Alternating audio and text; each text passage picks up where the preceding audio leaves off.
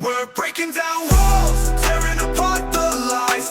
Together we'll stand, watch the whole world rise. Faith transcends boundaries, uniting every heart. In this movement of love, we're all taking part. Hey everybody, welcome back to the Vision Podcast. Thanks so much for tuning in. If you haven't already, make sure you hit that subscribe button. It really helps the channel grow and helps the message of what we're trying to do get out to more people.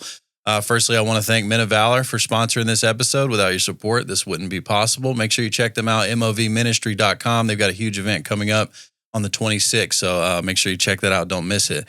You know, we've talked about a lot of things on this podcast before, and hopefully you've seen some of the earlier episodes on trauma and deconstruction, kind of some of just the deeper, internal questions that we have to ask ourselves and some of the internal struggles that we have to deal with.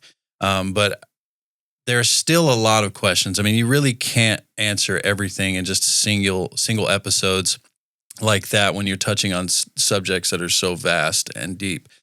So today we're going to be looking back at some of those episodes, just kind of retouching on some of the points that we had made, kind of clarifying some things that we may have kind of just skated over or didn't really dive into. And today I've brought a wonderful guest to help us do that. He has been a pastor, a preacher. He's currently an educator and a publisher. And potentially when things get rolling with the vision, we may even have some courses on the site that he has, Artos Learning. We'll tell you more about that here in a minute, but I just want to get you to help me welcome Rick Edwards. Thank you, Danny. Yeah, thank you so much for being here. Glad to be here. Yeah, it's really an honor. And I tell you, I think back to how long I've known you, and because it's been 20 years probably, or more. And I mean, you were a kid. And so when I think about how long I've known you, and to be sitting here today with you having this kind of conversations, pretty amazing, really. Yeah. So thank you for letting me be part of it. Absolutely. You see me down in the dumps, and to be back up on top and just, thriving in the world. We both kind of know where the bodies are buried with each other. Not literally. Oh, really? That's cool. Yeah, no, it's really great to have you. And, you've been a huge help in my life and inspiration and a mentor and just a spiritual leader. And I'm thankful for your presence. Thank you. Well, it's been fun to watch you grow up, and you're doing well. Thank you so much. Yeah. So let's dive into it. We had some conversation prior to the podcast about some of these topics as far as trauma and deconstruction and just some of the complexities of life and how hard it can be. And you said something specific about that these complex problems cannot have a simple solution. It's just not possible. That's right. Yeah. So where do you get that thought process from? Well, I'm old. So I've been watching things for years, and as a pastor, preacher, student of the Bible, and in publishing, I have just watched a lot of things over the years. I've watched a lot of people, and in my own experiences, I've just come to understand that there are those times when God moves rather dramatically and quickly in a person's life, and someone sees a quick, radical turnaround very quickly. But most of the time, that's not the case. Most of the time, we as human beings, we are complex creatures, and the things that we go through and our pathway to healing or recovery or whatever the terminology may be, that pathway typically is not a quick overnight kind of thing. Mm. And so as we think about these significant issues like trauma and deconstruction, it's just really important for us to understand that while we work in the context of a podcast that may be 50, 60 minutes long, and we can only say so much, the reality is the individuals listening to this probably already understand that the problems and the challenges that they're facing are complex challenges. And we don't need to ever say to someone, well, here's a simple solution. All you got to do is this, right, and that's going to fix you. Mm. It's just not that way. I mean, people are just too complex. So, yeah, it's just been years of experience, observation, watching people, that it just doesn't happen quickly typically. Yeah, and I could see how that would lead to a lot of people either leaving the faith or losing hope, or, just where they've been promised something from someone who maybe didn't have that same understanding. And they were offered this quick fix solution. And when it didn't pan out, they were just like, okay, well, maybe it's all a sham. Yeah. And they ran off, Yeah. All too often. And this is not to slam anybody or any the way anything is, but as a pastor and preacher, I'm preparing to speak to a congregation for 30 minutes, and I may have 200 or 300 people out here in front of me, or more or less, but I've got to try to deliver a significant message and something that's relevant and practical in a fairly short amount of time. And every preacher is doing that.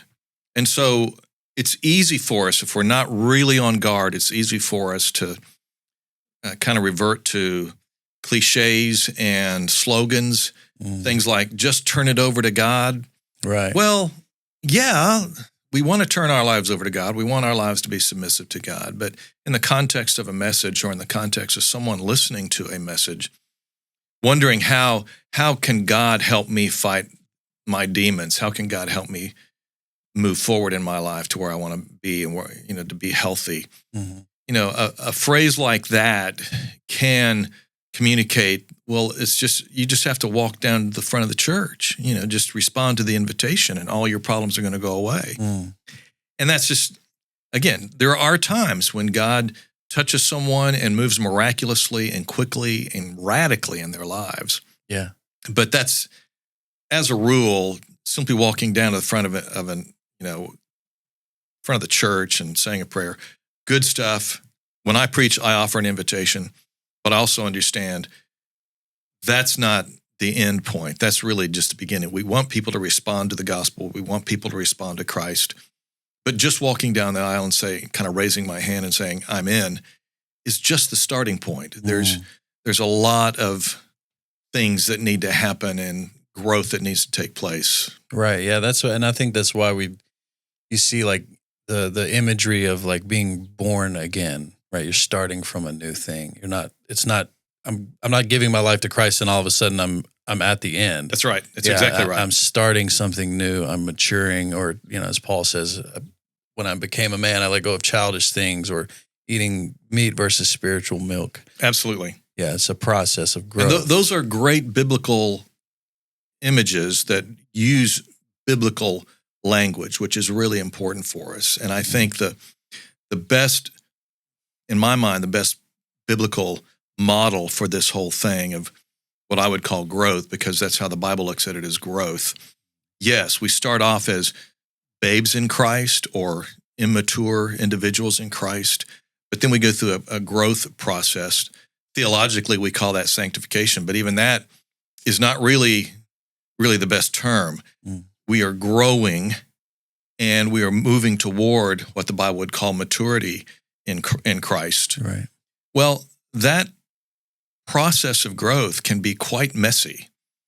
We all know that. If we would all just stop and look at our own lives, we would just recognize and admit that, you know what? Sometimes we take 2 or 3 steps forward, 1 back. Sometimes we take 2 or 3 steps forward and we take 4 or 5 back. Right. It just it's messy. And that's because we're human, and that's because growth, moving from being a newborn babe to someone, a mature adult, takes time, and it just doesn't happen quickly. We are going to have failures. We're going to do things wrong along the way. And in the midst of that, we confront an infinite number of challenges and opportunities that make my life and my path very different from what you're experiencing. Yeah. So I can't say to you, oh, here it is, 1, 2, 3, and you'll be there. It may not be that way for you. And so if I'm in a position of counseling you or pastoring you or shepherding you in some way, I have to let your path be your path, and I have to let your challenges be your challenges, with the understanding that there's hope. There is hope. God calls us to grow, and we can grow. You can grow. Any person can grow, but it's not always subject to simple solutions. No, I love what you said. Let your path be your path. That's great. I think that's such a wise way to approach, shepherding someone through what they're going through, especially because it's like, we're going to talk about trauma, right? So when you bring all that stuff into, right? So when you get up to the point where you're giving your life to Christ and you're expecting all this new stuff, this great stuff, and you're maybe expecting all these 1, 2, 3, I'm done and healed things, but so a lot of the times we often don't incorporate the trauma that we've had, or we say, okay, I've given my life to Christ now, that trauma's gone, or I suppress it, or I don't deal with it. And then later on in life, it surfaces back up and we're like, wait, what did this come from? And we're surprised by it. Right. And God never calls us to ignore our past. In fact, throughout the scripture, he's calling us to remember. Now, typically, he's calling us to remember what he's done and how he has acted in our lives. Right. But the fact is, he would say to the Israelites, remember when you were in Egypt. Well, those weren't good days, but you need to remember, in part because I want you to see how far I've brought you. But absolutely, you're correct. We have to let all of our past, all of who we are, and everything that has contributed to who I am, all of that gets brought to Christ, and to that moment of surrender to him. Yeah. Wherever we are, how traumatic, whatever it is, if it's part of me, if it's part of my history, then it all comes to him. Yeah. And giving him, trusting him that in time he will rectify or heal the parts of us that have been broken by the world. Yeah. Well, he wants to. That's what he's about, is making us whole. He wants to return us to that place of being fully human, the way he designed us to be and called us to be. So he's in our corner. He wants us to succeed. He wants us to survive. He wants us to win on his terms and by his definitions. Yeah, that's good. It makes me, one thing you said about remembering the past. Yeah, there was a scripture that reminded me of, it says, I will remind you of the shame of your past and the ruins. And then it goes on to say, that's where he says, I will give you a heart of flesh versus a heart of stone. Yep. And I think that's such a profound way to look at it, and something that I feel like God revealed that to me a long time ago. It's like, I'm not going to remind you of these things to shame you, but I'm going to remind you of the shame of it because I want you to see where you're at now. Yeah. And that's so good, man. I love that. Yeah.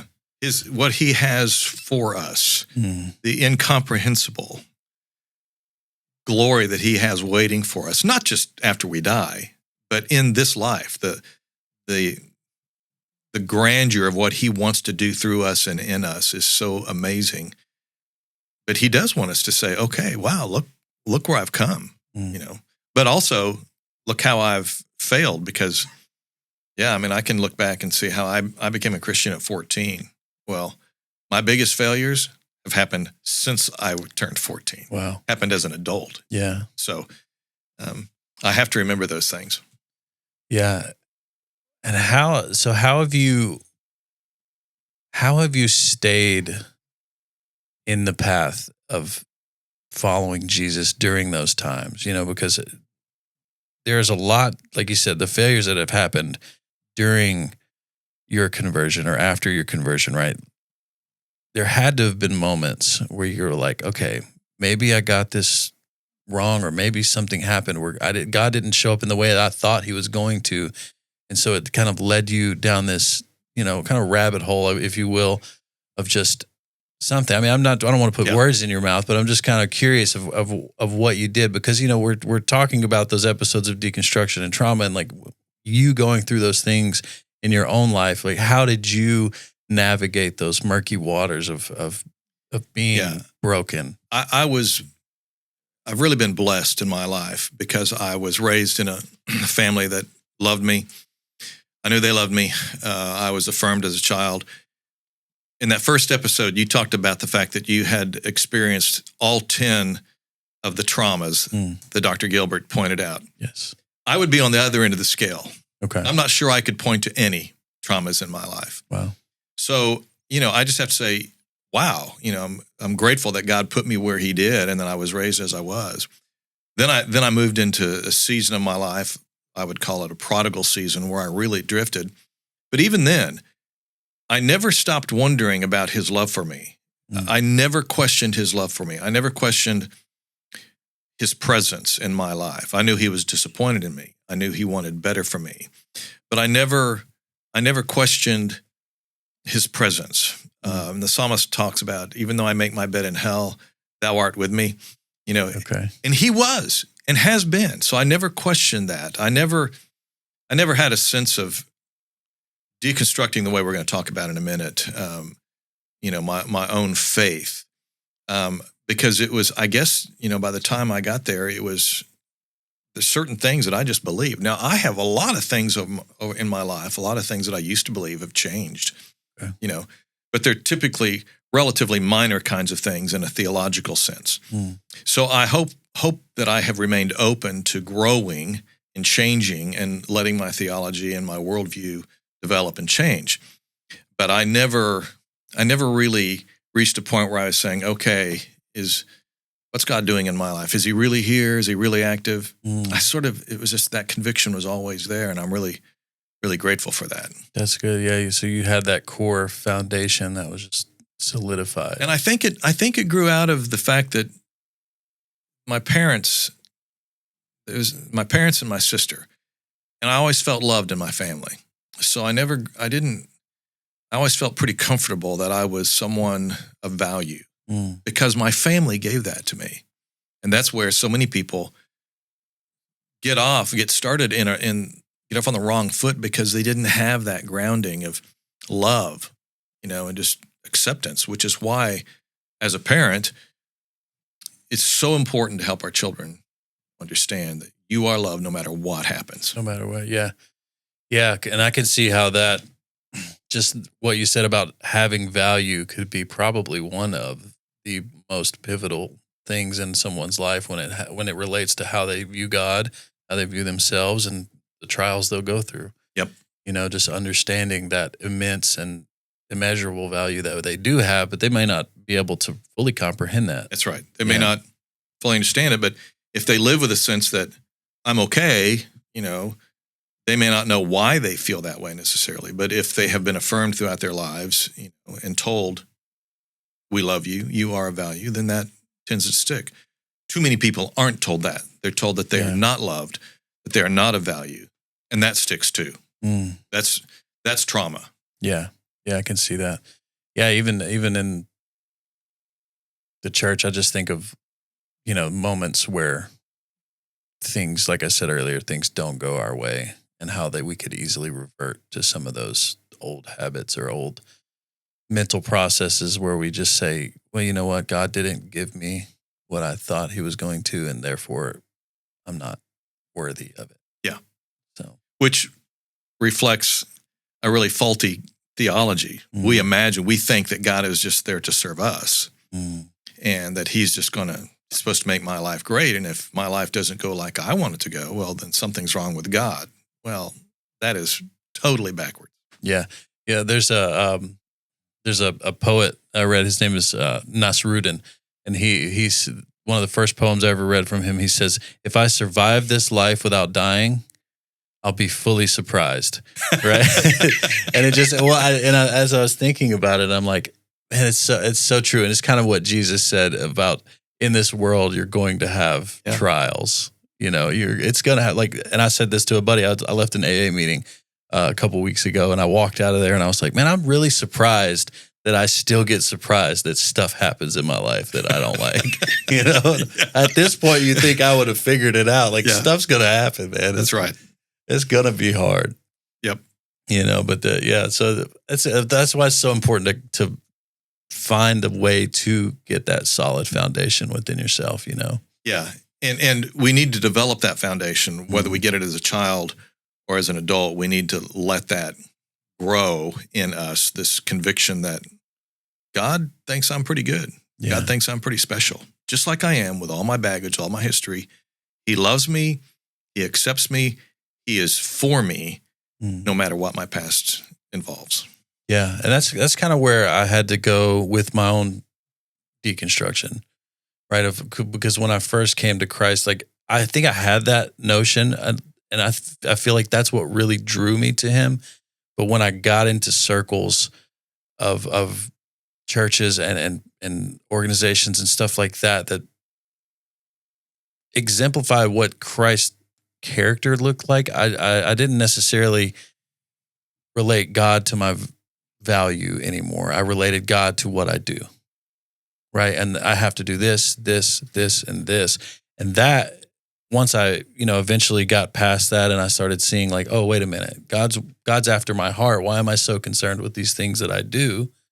I need to go back and kind of look at the way that I saw God again and kind of reevaluate who I think God is. And that's where my deconstruction kind of came in of the complexities and perplexities that Dr. Gilbert talked about, right? And so I was asked, it's just an internal struggle and an internal breaking down of the beliefs that I had built up to really solidify that foundation in myself and have that harmony that he talked about, where I just had that intrinsic sense of value from God, right? It was no longer anything that I was doing. It was no longer anything that I could do or strive for. It just became a goal of being me fully and understanding that God loves that person. Yeah. Well, and sometimes the church is at fault in communicating messages about kind of a works-based message. You have to do this, and this in order for God to love you. Most churches don't do that intentionally, but it can come through. Yeah, I don't think a lot of them do it intentionally. Yeah. But a lot of it also comes from our own human arrogance, because human arrogance wants to do it on our own. We want to earn our position. And there's that spark of arrogance in all of us that says, I can do it. I want to be my own boss, and I will achieve greatness. I will achieve God's love, or whatever you want to call it. I will achieve that through my own works, through my own behavior. And so we have to allow, at some point, we have to go in and deconstruct those kind of false things that we have adopted along the way. Yeah, for sure. So give me some ideas and some thoughts that you have about that concept of deconstruction, right? And how you view it. Give me how you can see people going through it, and just tips, maybe advice, I guess, if you will, of how to navigate that. Well, I do think it helps to kind of go back and start with this notion of trauma. And I love the fact that your first two episodes started with trauma and then moved to deconstruction, because it's in the midst of trauma that we begin to hear false narrative about who we are. It's the traumas that we experience that lie to us and tell us we aren't worthy. And sometimes those traumas take place in the context of a religious set of beliefs or a religious church or an organization. And our views of who we are, our identity, gets wrapped up in the trauma and the lies, and sometimes in the religion of what we're going through. Yeah. But all of that, again, points to the complexity of who we are as human beings. I may go through one or two traumas. You may go through 10. I may go through none, or I may go through number 3 and number 8, but none of the others. And consequently, how I deal with that is going to be very different than how you deal with it. So there's this complexity that comes along oftentimes out of our past, because it's our past, whether we have trauma or not, our past defines who we are. Yeah. It always defines who we are. And so we begin to adopt certain beliefs about who we are and about who God is. So deconstruction comes along, and what you were describing a moment ago about your own experience of kind of deconstructing, I would say that's deconstruction with a little d. You're just going through and you're going, I'm not sure I believe that anymore. I'm not sure that's true. And that's an important distinction to say, I'm not sure that's true, because what we're looking for at any point in our lives is truth. That's what we want to achieve. We want to believe the truth. Jesus said, you shall know the truth, and the truth will set you free. Mm-hmm. So we have to search for truth. So in your experience, you would encounter things, and you would, maybe not in these words, but you would say, I'm wondering about that. Maybe that isn't true. And you would struggle with that, and maybe you would come to a different understanding of something in your theological worldview. Mm-hmm. Well, to me, that's kind of a little d. Then there's this thing that has become a theological process or thing out there. It's deconstruction with a capital D. Mm. And one of the big advocates of that is Brian McLaren, Dr. McLaren. And it's his 4 stages of deconstruction that Dr. Gilbert was talking about. Right. And so I look at that and I think, okay, I really do understand what he's getting at, because in that context, he's dealt with so many people who have encountered a religious context, a church, or some setting where they find, I just don't know that I can buy that. I just don't know that I believe that. And so they reach the point where what they have been taught as a child or as a young person or even a young adult, somewhere along the way, they're beginning to say, I just don't think that's accurate anymore. And so they go through a process of reevaluating their faith that's driven in large part by doubt. Mm. They're just doubting everything about their faith.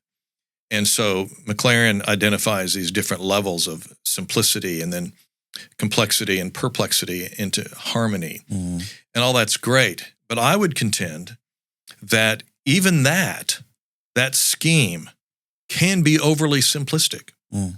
Because I would suggest that in reality, what happens to all of us, if we are attempting to move in our relationship with the Lord and grow in our faith, it's always a messy process.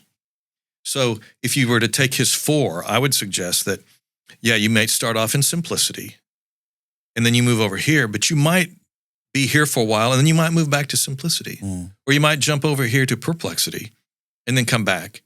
And I think he would probably agree that, it can be a bit of a jumbled mess along the way. Right. But I think where we need to be careful is thinking that the process of deconstruction, as he's defined it, that the process itself is going to lead us to a place of truth. Mm. Because I think he would suggest even that the person who ends up in this place of harmony, what's important there is that kind of you're comfortable with that. It may not be exactly what someone else thinks. And that's true, Mm-hmm. But the question that I have to raise is it true? Is where you land, is the faith that you land on in harmony, is it in fact true? What if you end up with a harmonious faith? That's my phrase. What if you end up with a harmonious faith, but it's wrong? Mm. Okay, so I might go through this big process of deconstruction, and I might conclude, Daniel, that, you know what? I think I can fly without any help of an airplane, without any wings, no parachute, nothing. Mm. I can just fly. Well, you might say, hey, brother, it's your truth. Yeah. No. Whatever, Yeah. if you found harmony in that, go for it. Mm. So I think, I can fly. And I believe it. It's my faith. So I climb up to the top of a tall building and spread my arms and I jump off. Mm. Well, we all know what's going to happen. Yeah. And so I might have found harmony in my faith, but if it's wrong, if it's not true, then something's going to happen. Now, let's take it one step further. Let's say that, hey, Danny, I can fly. Watch this. And I take your 1-year-old daughter and I carry her up to the top of the building with me. And I say, watch this. And I jump. Well, now my harmonious faith is not only endangering me, but it's endangering your daughter or this person or that person. So we need to be careful because we can't allow ourselves to think, well, it's just whatever you want. You can believe anything you want as long as you're at harmony with it. Mm. There is truth. Yes.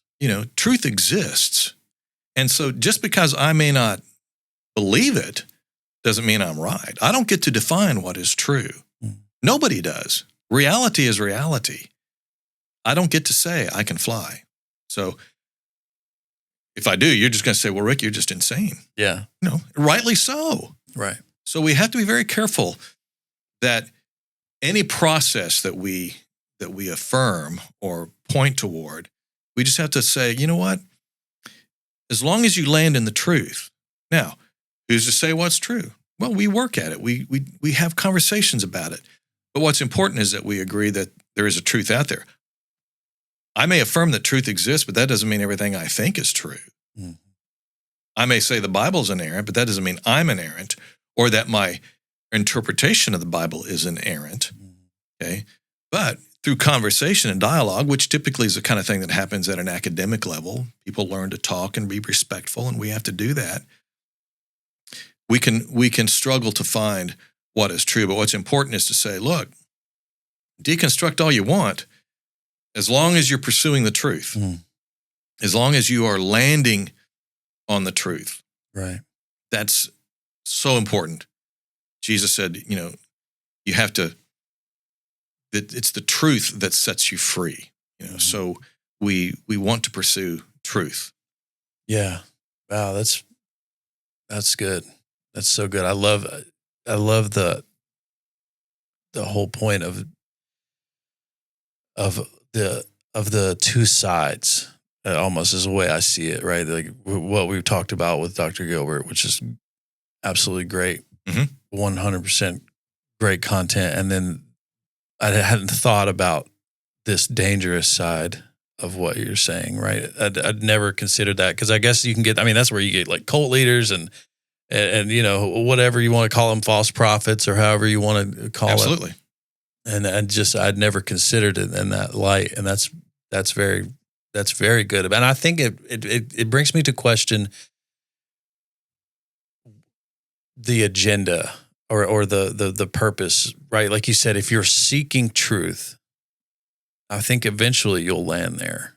If you're seeking the truth, if you're like using the Bible and saying, I want to know the truth about God, I want to know, I don't want to know my truth. I don't want to, hey, let me see if I can figure out a way to make this fit my narrative.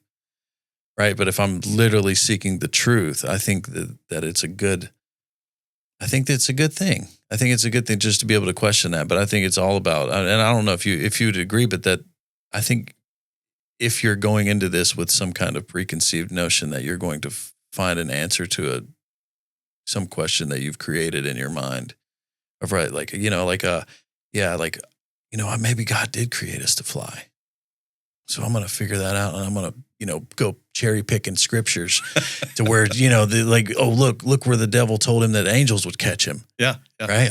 So maybe that's what's going to happen to me, but obviously that's not the case. And I think, so I think it comes down to a matter of, okay, what's my purpose behind it? Why am I even questioning these things? Am I seeking the truth? Right. And also making sure that you have people guiding you. Like I've had you in my life leading me in these ways. When I've come with questions, and we used to do those calls, and, I've come with questions that maybe way out here in left field, and you're like, no, let's bring it back this way. Just look at it this way. Not in a hard way, but just after, hey, maybe it's not that. Maybe it's this.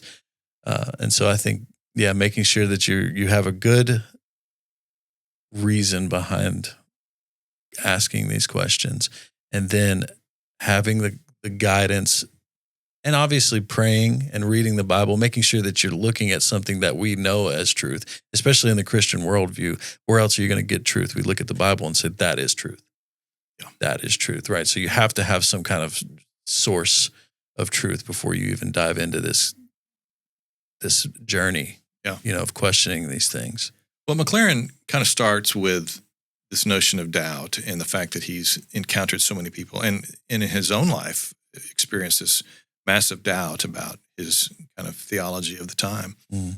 And I would affirm that, in that doubt, it's okay for doubt to challenge us. It's okay for doubt to push us. And it's okay for us to have doubts. God is not threatened by our doubts. He can handle it. So he's okay for us to to raise questions in our own mind and to doubt things and to have those conversations that flow out of doubt. Did this really happen? Is it really true? That's the question. Is it true? And if not, then get rid of it, but replace it with what is true. Keep pursuing truth. So doubt can be okay. And I would affirm that in terms of the deconstruction with the big D. Right. It's okay to have doubt, and just let it push you toward the truth. Don't just throw your hands up and say, well, I don't think any of that's true, because then you're just being lazy. Yeah. Emotionally and mentally. Well, that's not going to get you anywhere. You don't want to be lazy, but you do want to be honest with yourself and honest with your doubts. Yeah. And that's good because, I think doubt is absolutely a good thing in the right settings. There's times where it's just like, okay, you have to, I don't know. For me, it's like you have to be able to come to a point. And that's where I think one of my goals was in pursuing the deconstruction or however label we want to put on it, of that I had this desire for truth. Like I didn't want to doubt anymore. I didn't. And that was where I was like, okay, I'm tired. Like I'm tired of doubting. I know it's okay to do it. So let me just walk through it, doubt as much as I can, and let God show me where the truth is. And then ultimately I came to a place where I'm like, okay, I'm loved, and it all lined up, and I was able to verify it with scripture of, this is how God feels about me. This is the heart I should have. And this is what Jesus is asking me to do, and in that I found peace. Yeah. It was nice. Well, that's a very important thing. And, I think the Lord's using that in your life to shed the light, in a sense, for the sake of other people. Because in a sense, the fact that you're addressing these kinds of topics, says to your audience, look, come on, don't be lazy. Yeah. Let's struggle with these things. Let's have the hard conversations, recognize that people do doubt. The fact that you're doubting doesn't mean that you're bad. Yeah. It just means you haven't had all your questions answered. So, but that doesn't mean there aren't answers out there, Yeah. So we just have to search for them. Yeah. And absolutely. And it's like, it's not as scary as one would think to, once you get past the stigma of like, man, I might get kicked out of Sunday school or something, for bringing this up.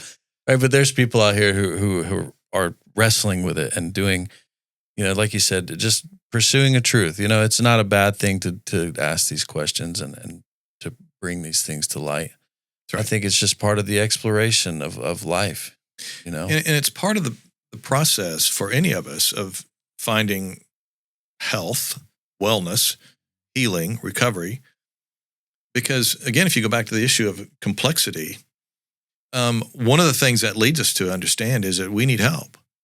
I need help. And it doesn't really matter how long I've been at this, how harmonious I become, or how smart I become, how many degrees I have. All along the way, I need help. And God points this out very early in the creation story when he looks at Adam and says, it's not good that he be alone. In that immediate context, he was in part saying he needs a woman, which I've also discovered makes a huge difference. Some of my greatest growth has come since I married Caroline, and she has, without even knowing it really, has helped me to become something, because she fills a spot. She fills a place. Yeah. And we all need something like that. So if a person is struggling with an addiction or something like that, they need to recognize this is messy, this is hard, this is complex. But there's hope, but you need help. Get help. Yeah, there may be some people out there that figure it out on their own and they pull themselves up by the bootstraps and they get well, so to speak. Yeah. But most of us are not like that. Most of us need help. White knuckling it. Yeah. Most of us need help. We need someone to come along beside us. And when we acknowledge that life is messy and complex, then it enables us to kind of open ourselves up to say, hey, can you help me here? I'm struggling. Yeah. And people need to do that. And you've been there. You know how important that is to say, I need help. Mhm. Yeah, and it makes me, think of in that process, because having the traumas that I've had and then coming to Christ, I had a just screwed up notion of who I was, and I wonder why. I'm sure other people do Absolutely. too. Obviously, like you said, it's this kind of all roots down to this simple fact of I need to find out my identity. I need to know who I am in God. I need to know, or just, even if you're not there yet with God, just there's always that search for this internal truth too, of inside, like, hey, where am I at right now on this map? Yeah. And it's speaking of recovery and how to get past that. I think, I don't know. For me, it's deconstruction and healing from trauma and Christ. I mean, just because that's just the journey that I took, they kind of all complement each other, right? It's always this, I'm healing from trauma because I'm trusting in God, but I'm trusting in God because I'm doubting all of the ideas that I believed about myself. Therefore, I'm reconstructing myself in a different image. Yes. Right. And so it's just, yeah, I don't know. For me, it's just kind of, they're all complementary, and they have, it's like you said, it's a complex thing. It's almost, it reminds me of the Holy Spirit, right? There's a Trinity to him. And I feel like he reveals himself in all these things that we do in our lives in the same manner that he is, and that the way that he exists. Right. And so for me, it's like having these three parts, mind, body, spirit, right? And having the Holy Spirit, God and Jesus together. Like there's always this, it's not a one and done deal. There's always a complexity to it. There is. Yeah. And it drives us to ask for help, to realize we need it. But it also pushes us, hopefully, toward the truth. What is the truth? And another, I would absolutely affirm Dr. McLaren's emphasis on, he calls it radical love, that this is where we need to be going. Radical love. Absolutely agree with that, because that's what Jesus, more than anybody, demonstrated, radical love. Yeah. But radical love demands truth. There is no such thing as real love without truth. And every parent knows this. If you have a 5-year-old that says to you, hey, Dad, I'm going to go out and play in the highway. Well, okay, what does love demand that you do in that context? Do you say, hey, whatever you want, your truth is your truth. Yeah. Go play on the highway. Let me know, hope to see you later. No, that is not a wise thing to do. That is not a prudent thing to do. It is not a safe thing to do. So as a parent, you can't just say, okay, go play on the highway. Yeah. If you love that child, you will say, hell no, you're not going to go play on the highway. And I don't care how much you stomp and throw a tantrum. I don't care how much you cry. I don't care. You can say you hate me. You can say that I hate you. But you know what? Love demands that I tell you the truth. It's going to kill you if you go play on the highway. So I'm not going to let you do that. Yeah. So in our world today, we have this notion of love that just kind of says, you do your own thing. Well, if a person is involved in a self-destructive lifestyle, are we really loving them by just telling them, go ahead? Are we really loving them by not exposing them to the truth and helping them understand the truth? Paul talks about speaking the truth in love. Love has to be connected to the truth. So we are moving through whatever the process is, whether it's McLaren's 4 steps or what I think is a more biblical model of immaturity, Christ, baby-like faith toward maturity, and this path between baby-like faith and mature faith. That pathway is what we call growth. It's messy, but as we go through that, we are moving toward, I think that's a biblical model. Okay. Because it allows for people at any point along the way to move forward, step back, move forward, step back. You're just growing. It doesn't say you're here and then here and then here and then here, Got it. and voila, you've arrived. No, from a biblical perspective, you never fully arrive, Right. but you're always moving toward the likeness of Christ and the understanding of truth. Mm. So we have to let our growth move us toward love. Absolutely. We love people unconditionally. We love them just for the sake of love because it's the Jesus thing to do. Mhm. But we love them with truth. Yeah. You recognize that just because I love you doesn't mean I'm going to affirm your self-destructive lifestyle. Yeah.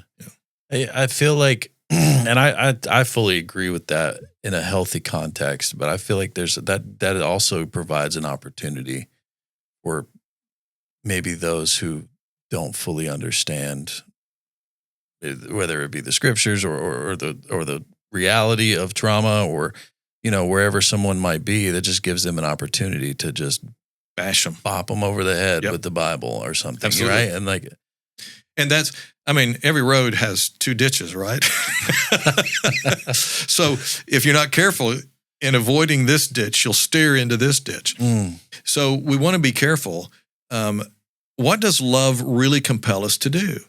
If all I'm doing is beating you over the head, that's not love. It may be truth, but it's not love.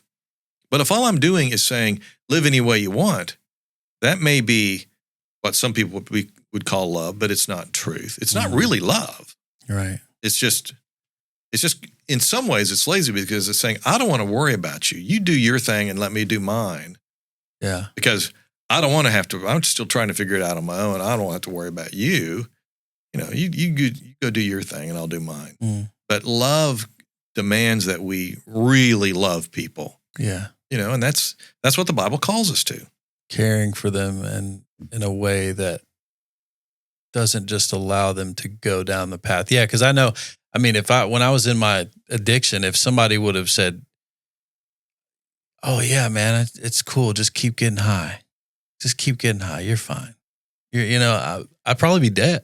Yeah. I'd probably be dead. But there was people in my life that said, just specifically, I'll name him Kevin Thomas. He would come to my house all the time. It wasn't like he was beating me over the head. He was like, hey man, you need to stop. It was just a little bit of tidbit here. Hey, you need to stop. But he would just show up and bring food and, and pray with me and just, hey, you need to stop. Yeah, I know. And then we'd talk about something else. But there was always that little sliver and seed of truth that he would drop in. That's love. Yeah. But you're right. It was love with truth. It was. And the two are inseparable. Good. I never considered it. Yeah, that's good. I love the imagery. There's two ditches to every road. That's so good.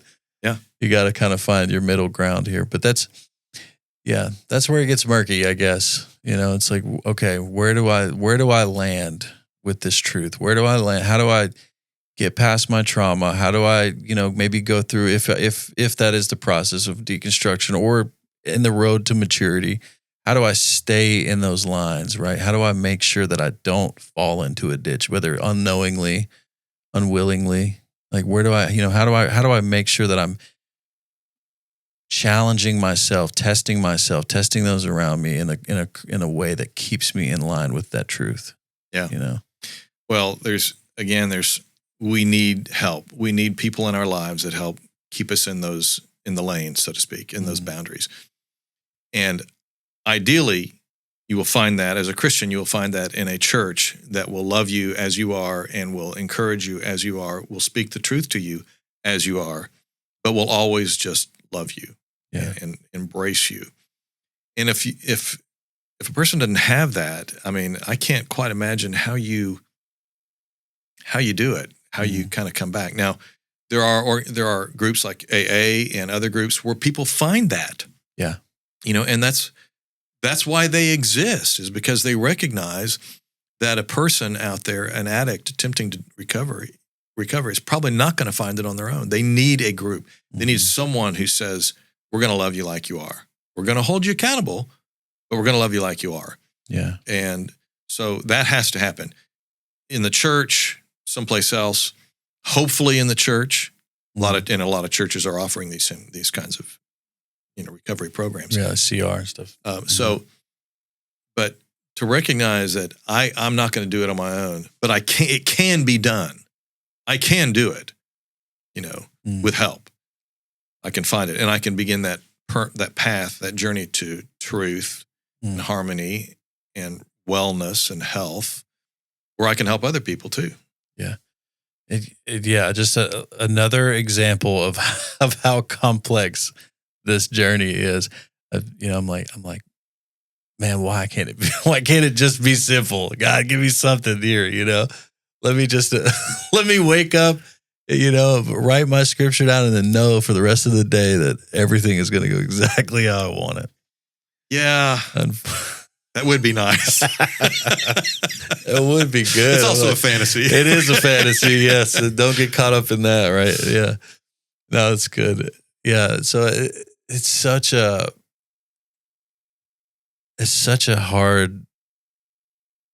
hard journey. I mean, whether, I don't know, just I was thinking about this the other day of just like, man, because I'm coming up on 5 years sober this Saturday, right? Congratulations. Thank you. And I was thinking about the comparison of like my life before I got sober, right? And how hard it was, and like it was just dark and dirty and difficult, and I was constantly in turmoil and stress and things like that. But now I look at my life after I'm sober, after Christ, after, and I'm like, it's still hard and stressful and it's not as dirty and dark. There's a lot of light and a lot of good things in there, but it's still hard, and I was like, man, I didn't expect that. But, I'm grateful. God has given me a lot of blessings, my wife and my children. You mentioned Eden, and it's just, been a phenomenal thing. But I think somebody told me, I think it was one of my counselors one time, he had mentioned something about you just kind of have to choose your suffering, right? Which suffering do you want? Which pathway of, so you're going to suffer no matter what. It's just choosing which way you're going to suffer. Yeah. That I'm like, well, if I have to, suffer and have blessings with it, I guess I'll do that way. Yeah. Instead of. Well, we live in a world, we learned very early in the book of Genesis, chapter 3, we live in a world that is broken and fallen. Yeah. And the reality is God does not call us into a self-indulgent spirituality where just everything is going to be okay and life is going to be happy all the time. It's just not the way it is. He calls us to be faithful. He calls us to believe the truth. He calls us to purpose. And those things bring richness to our life, but they don't necessarily bring happiness. I think it does bring a degree of happiness, but I don't think we pursue happiness for the sake of happiness. Right. Pursue Him. We pursue truth. We pursue a life that honors Him, recognizing that we live in a broken, fallen world. But, it's a good life. It's a life that's worthy of our attention. It's worthy of our time. It's worthy of our efforts because He's worthy, Yeah. Whether I feel like I'm happy or not. Yeah. Happiness is a sort of a symptom to the other things that I'm doing, to pursuing Him. Right. And that should be, I like that. Yeah. It's kind of with the fruit of the Spirit, right? It's not the love, joy, peace, patience. Like that's the fruit of it, but the tree, what's the tree of the Spirit, right? Where's that foundation at, that real rooted, solid growth in God? That's where it's going to bring about all these other things. I don't want to live in a fantasy world. Yeah. I want to live in a world that's real, understanding that, there are going to be difficult days and there are going to be good days, but at least it's real. Yeah. It's not something I've made up that I'm pursuing, that doesn't even exist. I want to live in a real world and make a difference in my real world. Yeah. It's good. And it's going to be difficult. It's going to be, no matter what you go through, it's going to be, whether it's trauma, whether you've got doubts, whether you're hopefully not fantasizing that everything is good. And hopefully you're not jumping off buildings thinking you can fly. But I say all that to say, I mean, there's so many different parts. I don't even really know where I was going with that, but there's just this how many sides to the diamond can we look at it in this one glimmer of who we are and the life that we have, and how can we do that with confidence, and how can we do that with the reassurance that we're loved.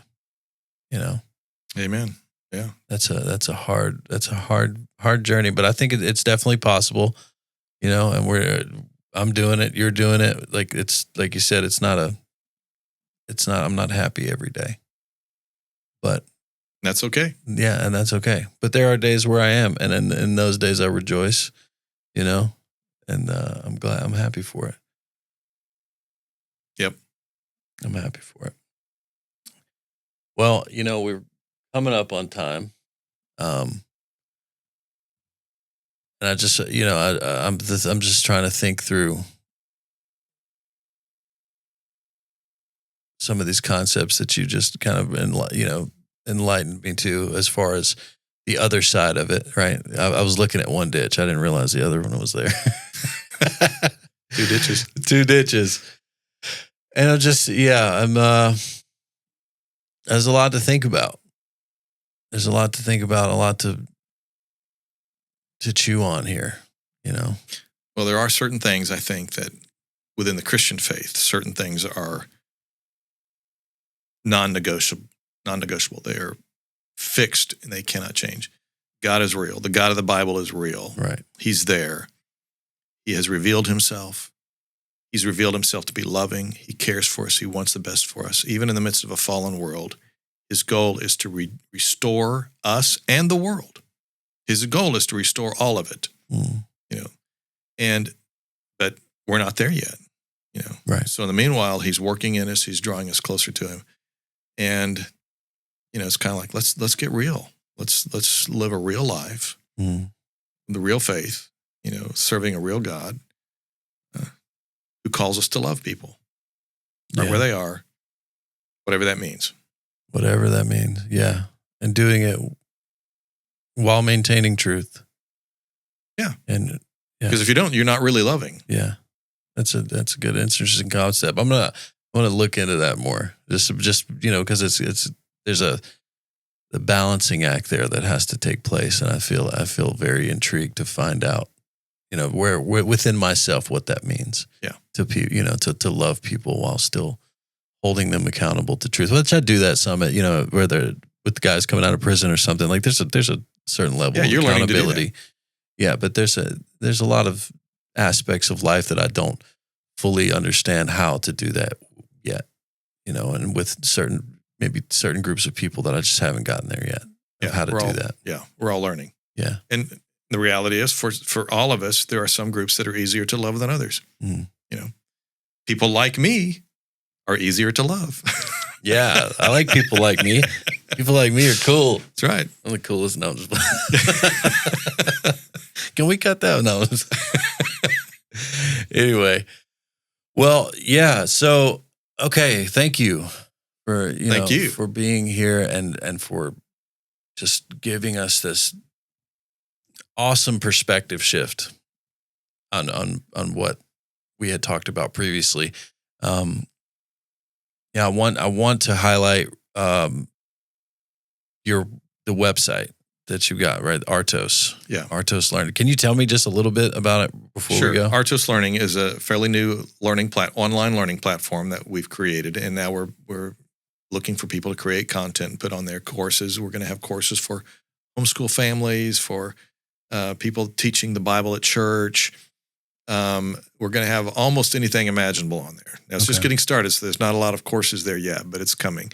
And you and I have talked about eventually maybe doing some courses related to this, where if someone wanted to kind of get in and dig into some of this stuff on their own pace, in their own time, we can make that happen. So hopefully you and I will make that happen in the not too distant future. But yeah, artoslearning.com we think is going to be a great resource for people. Mm-hmm.